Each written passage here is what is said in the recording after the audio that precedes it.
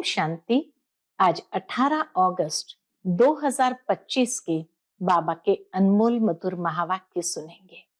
आज की मुरली में बाबा ने बहुत सुंदर ड्रामा के रहस्य को स्पष्ट किया है। बाबा कहते कई बच्चे ये सोचते हैं कि हमें मोक्ष मिल जाए तो अच्छा है, इस ड्रामा से हम छूट जाए, निकल जाए।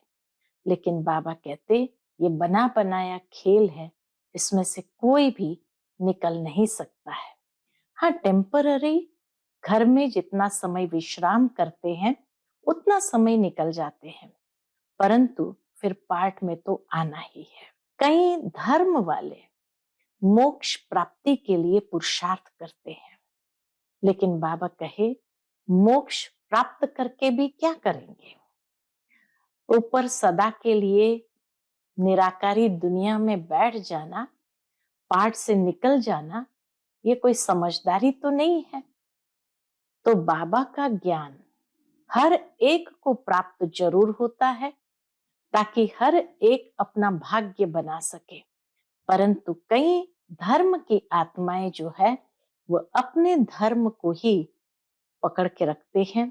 तो बाबा कहे वो परम धाम में भी अपने सेक्शन में जाकर के बैठ जाती है और अपने समय पर ही अपने धर्म पिता के पीछे नीचे उतरेगी। तो सुनते हैं आज के बाबा के अनमोल मधुर महावाक्य। ओम शांति। मीठे बच्चे, जैसे बाप गाइड है ऐसे गाइड बन सबको घर का रास्ता बताना है, अंधों की लाठी बनना है। आज की मुरली से प्रश्न है, इस बने बनाए अनादि ड्रामा का राज कौन सा है जो तुम बच्चे ही जानते हो? उत्तर है, ये बना बनाया अनादि ड्रामा है। इसमें न तो कोई एक्टर ऐड हो सकता है, न कोई कम हो सकता है। कोई कहे कि हम इस आवागमन के चक्र में आए ही नहीं। बाबा कहते हैं, हाँ, कुछ समय के लिए, लेकिन पाठ से कोई बिल्कुल छूट नहीं सकते। ये ड्रामा का राज तुम बच्चे ही जानते हो। ओम शांति।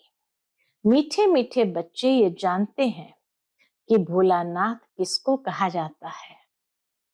तुम संगम युगी बच्चे ही जान सकते हो, कलयुगी मनुष्य रिंचक भी नहीं जानते कि भोलानाथ किसको कहा जाता है। ज्ञान का सागर एक बाप है, वही सृष्टि के आदि मध्य अंत का ज्ञान समझाते हैं, अपनी पहचान देते हैं। तुम बच्चे अभी समझते हो, आगे कुछ नहीं जानते थे। बाप कहते हैं, मैं ही आकर भारत को स्वर्ग बनाता हूं, बेहद का वर्षा देता हूं जो तुम अभी ले रहे हो। जानते हैं हम बेहद के बाप से बेहद सुख का वर्षा ले रहे हैं। यह बना बनाया ड्रामा है, एक भी एक्टर न ऐड हो सकता न कम हो सकता है। सभी को अपना अपना पार्ट मिला हुआ है। यह तुम बच्चों की बुद्धि में है। सारी दुनिया के मनुष्य मात्र इस समय नास्तिक है, अर्थात बेहद के बाप को न जानने वाले। मनुष्य ही जानेंगे ना। यह नाटकशाला मनुष्य की है। हर एक आत्मा निर्वाण धाम से आती है पाठ बजाने, फिर पुरुषार्थ करती है निर्वाण धाम में जाने के लिए। नाटक से निकल ही नहीं सकते हैं। जब बुद्ध की आत्मा आई, जब उसने कर्म किया तो कई लोगों से कर्म के बंधन उसके बंधे। जाने के लिए तो सारे कर्म बंधन से मुक्त होना चाहिए। तो जब उसके कर्म बंधन कई आत्माओं से चाहे कर्म संबंध के रूप में ही बंध गए, तो उसको चुकाने के लिए दूसरा जन्म तो लेना ही पड़ता है। इसलिए बाबा कहते नाटक से निकल ही नहीं सकते। बना बनाया ड्रामा है ना। तुम तो जानते हो हम पाठधारी हैं इस ड्रामा में। हम कब आए फिर कैसे जाएंगे ये किसको भी पता नहीं है। मनुष्य ही कहते हैं हम एक्टर्स पाठधारी हैं। ये कर्म क्षेत्र है जहां आत्माएं रहती है उनको कर्म क्षेत्र नहीं कहा जाता। जहां आत्माएं रहती है उनको कर्म क्षेत्र नहीं कहा जाता, क्योंकि वहां कोई पार्ट बजाते नहीं है। ये दुनिया ही कर्म क्षेत्र है, जहां शरीर धारण करके पार्ट बजाया जाता है। वह तो निराकारी दुनिया है, उसमें कोई खेल पाल नहीं है, एक्ट नहीं है। निराकारी दुनिया से साकारी दुनिया में आते हैं पार्ट बजाने, जो फिर रिपीट होता रहता है। मनुष्य जो कुछ सुनते हैं वह सत सत करते रहते हैं। भक्तों को फल देने वाला एक भगवान बाप ही है। कोई मुक्ति, कोई जीवन मुक्ति में चले जाएंगे, कोई मुक्ति में जाएंगे, कोई जीवन मुक्ति में चले जाएंगे।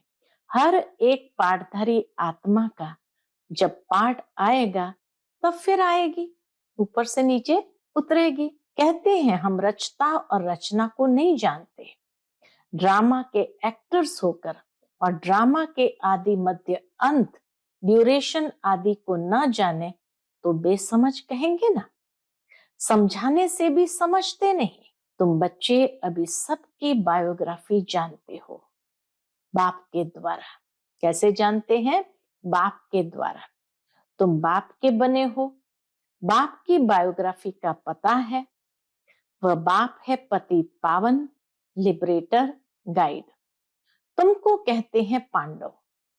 तुम सबके गाइड बनते हो, अंधों की लाठी बनते हो, सबको रास्ता बताने के लिए। यथा बाप गाइड तथा तुम बच्चों को भी बनना है, सबको रास्ता बताना है। तुम आत्मा, वह परमात्मा है, उनसे बेहद का वर्षा मिलता है। परमात्मा बाप से हम बच्चों को बेहद का वर्षा मिलता है। भारत में बेहद का राज्य था, अब नहीं है। तुम बच्चे जानते हो हम बेहद के बाप से बेहद सुख का वर्षा लेते हैं, अर्थात मनुष्य से देवता बनते हैं। यज्ञ में ब्राह्मण जरूर चाहिए, यह है ज्ञान यज्ञ। भारत में यज्ञ बहुत रचते हैं, अब बुद्धि से काम लेना पड़ता है।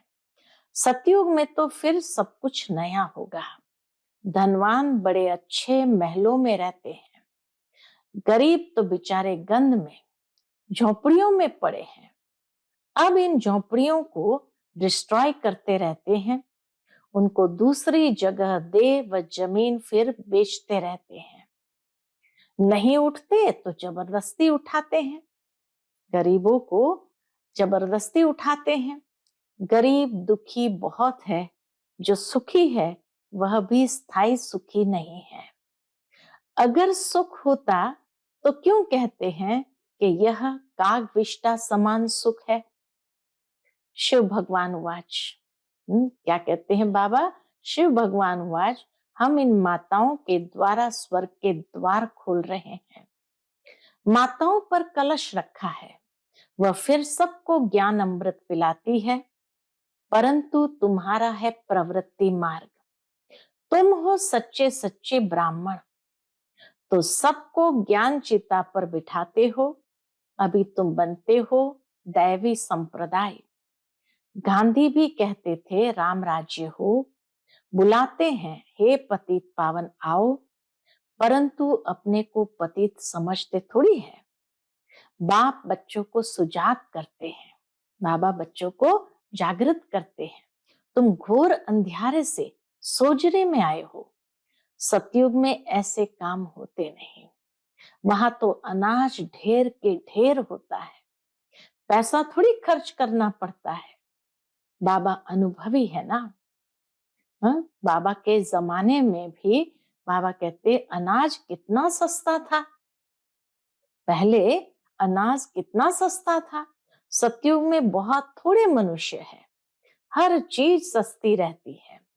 तो बाप कहते मीठे बच्चे, अभी तुमको पतित से पावन बनना है। युक्ति बहुत सहज बताते हैं। क्या युक्ति बताते हैं पतित से पावन बनने की? अपने को आत्मा समझ, बाप को याद करो, यह है युक्ति। आत्मा में ही खाद पड़ने से मुलम्मे की बन गई है। जो पारस बुद्धि थे वही अब पत्थर बुद्धि बने हैं। तुम बच्चे अभी बाप के पास पत्थरनाथ से पारसनाथ बनने आए हो। बाप बैठ बच्चों को किसका मालिक बनाते हैं? पारसपुरी का मालिक बनाते हैं। भारत ही अविनाशी खंड है, कभी विनाश नहीं होता। भारत है सबसे ऊंचते ऊंच। कितनी समझने की बातें हैं। शरीर निर्वाह, अर्थ धंधा आदि भी करना है, छोड़ना कुछ भी नहीं है। कहते हैं ना, ब्रह्मा कुमारियां सब कुछ छुड़ा देती है। आज बाबा मुरली में कहते हैं छोड़ना कुछ भी नहीं है। बाबा कहते हैं सब कुछ करते हुए मुझे याद करते रहो। भक्ति मार्ग में भी तुम मुझ माशूक को याद करते आए हो कि हमको आकर सांवरे से गोरा बनाओ। उनको मुसाफिर कहा जाता है। तुम सब मुसाफिर हो ना, तुम सबको ज्ञान चिता पर बिठाते हो। बाबा कहते तुम बच्चे सबको ज्ञान चिता पर बिठाते हो। सब हिसाब किताब चुकतू कर जाने वाले हैं।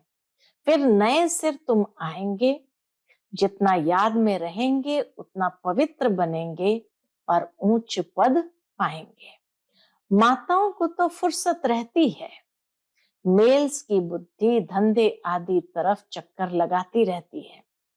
इसलिए बाप ने कलश भी माताओं पर रखा है, क्योंकि माताओं को फिर भी फुर्सत रहती है। यहाँ तो स्त्री को कहते हैं पति ही तुम्हारा ईश्वर गुरु सब कुछ है, तुम उनकी दासी हो। अभी फिर बाप तुम माताओं को कितना ऊंच बनाते हैं, दासी पने से छुड़ाते हैं। तुम नारियां ही भारत का उद्धार करती हो। कोई कोई बाबा से पूछते हैं, क्या पूछते हैं? आवागमन से छूट सकते हैं? इस चक्र के आवागमन से कोई छूट सकते हैं? बाबा कहते हाँ, कुछ समय के लिए, कुछ समय के लिए परमधाम में जाकर के बैठेंगे। तुम बच्चे तो ऑलराउंड आदि से अंत तक पाठ बजाते हो। ज्ञान आदि तो सुन न सके, सुनते वही है जो शुरू से अंत तक पाठ बजाते हैं। सुनते नहीं है, बाकी संदेश सबको, हर आत्मा तक पहुंचना है कि परमात्मा आ गया है। कोई कहते हमको तो यही पसंद है, हम वहां ही बैठे रहें। ऐसे थोड़ी हो सकता है। बाबा कहते ऐसे थोड़ी हो सकता है। यह है बेहद का ड्रामा। अच्छा, मीठे मीठे सिकिलते बच्चों प्रति माता पिता बाप दादा का याद प्यार और गुड मॉर्निंग। रूहानी बाप की रूहानी बच्चों को नमस्ते। हम सब रूहानी बच्चों की रूहानी माता पिता बाप दादा को याद प्यार, गुड मॉर्निंग और नमस्ते नमस्ते। शुक्रिया बाबा, शुक्रिया। आज की मुरली से धारणा के लिए मुख्य सार है। पहली पॉइंट, सच्चा सच्चा ब्राह्मण बन सबको ज्ञान अमृत पिलाना है, ज्ञान चिता पर बिठाना है। दूसरा, शरीर निर्वाह, अर्थ धंधा आदि सब कुछ करते, छोड़ना कुछ नहीं है। पतित से पावन बनने के लिए बाप की याद में रहना है और सबको बाप की याद दिलाना है। आज का बाप दादा का मधुर वरदान हम बच्चों के प्रति है, विशेषताओं के दान द्वारा महान बनने वाले महादानी भव। विशेषताओं के दान द्वारा महान बनने वाले महादानी भव। ज्ञान दान तो सब करते हैं, लेकिन आप विशेष आत्माओं को अपनी विशेषता का दान करना है। जो भी आपके सामने आए उसे आपसे बाप के स्नेह का अनुभव हो। आपके चेहरे से बाप का चित्र और चलन से बाप के चरित्र दिखाई दे। आपके चेहरे से बाप का चित्र और चलन से बाप के चरित्र दिखाई दे। आपकी विशेषताएं देखकर वह विशेष आत्मा बनने की प्रेरणा प्राप्त करे। ऐसे महादानी बनो जो आदि से अंत तक पूज्यपन में भी और पुजारीपन में भी महान रहेंगे। आज का स्लोगन है, सदा आत्म अभिमानी रहने वाला ही सबसे बड़ा ज्ञानी है। सदा आत्म अभिमानी रहने वाला ही सबसे बड़ा ज्ञानी है। आज का व्यक्त इशारा, सहज योगी बनना है तो परमात्मा प्यार के अनुभवी बनो। जो सदा बाप की याद में लवलीन रहे, मैंपन की त्याग वृत्ति में रहते हैं, मैंपन की त्याग वृत्ति में रहते हैं, उन्हों से ही बाप दिखाई देता है। आप बच्चे नॉलेज के आधार से बाप की याद में समा जाते हो, तो यह समाना ही लवलीन स्थिति है। जब लव में लीन हो जाते हैं, जब लव में लीन हो जाते हो, अर्थात लगन में मगन हो जाते हो, तब बाप के समान बन जाते हो, तब बाप के समान बन जाते हैं, जब लव में लीन हो जाते हैं। अच्छा, ओम शांति।